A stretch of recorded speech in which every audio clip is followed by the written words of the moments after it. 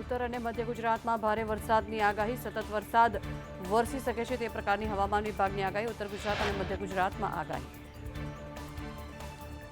કેશોદના પંચાલા ગામ બેટમાં ફેરવાયું. નદીમાં પાણી ગામમાં ફરી વળ્યા. ગેડ વિસ્તાર જળબંબાકાર. લોકોને ભારે હાલાકી.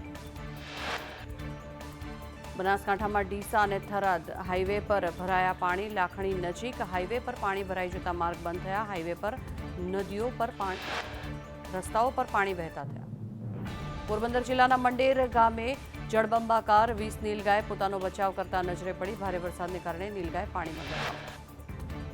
છોટાઉદેપુર જિલ્લામાં વહેલી સવારથી જ વરસાદ. ગ્રામ્ય વિસ્તારોમાં ધીમી ધારે વરસાદ. રસ્તા પર વહેતા થયા વરસાદી પાણી. જૂનાગઢમાં ધનફુલિયા અને ગાંઠીલાને જોડતા પુલનું ધોવાણ થયું. ઓજતમાં ભારે પૂરથી 4 ગામોને જોડતો પુલ ધોવાયો. બનાસકાંઠા લાખણીમાં 11 ઇંચ વરસાદ. રસ્તા પર પાણી જ પાણી ફરી વળ્યા. પાણી ભરાઈ જતા અનેક વાહન ચાલકો પણ અટવાયા. ગુવાહાટીમાં ભારે વરસાદથી બ્રહ્મપુત્રા નદીનું જળસ્તર વધ્યું. બ્રહ્મપુત્રા નદીમાં આવ્યું પૂર.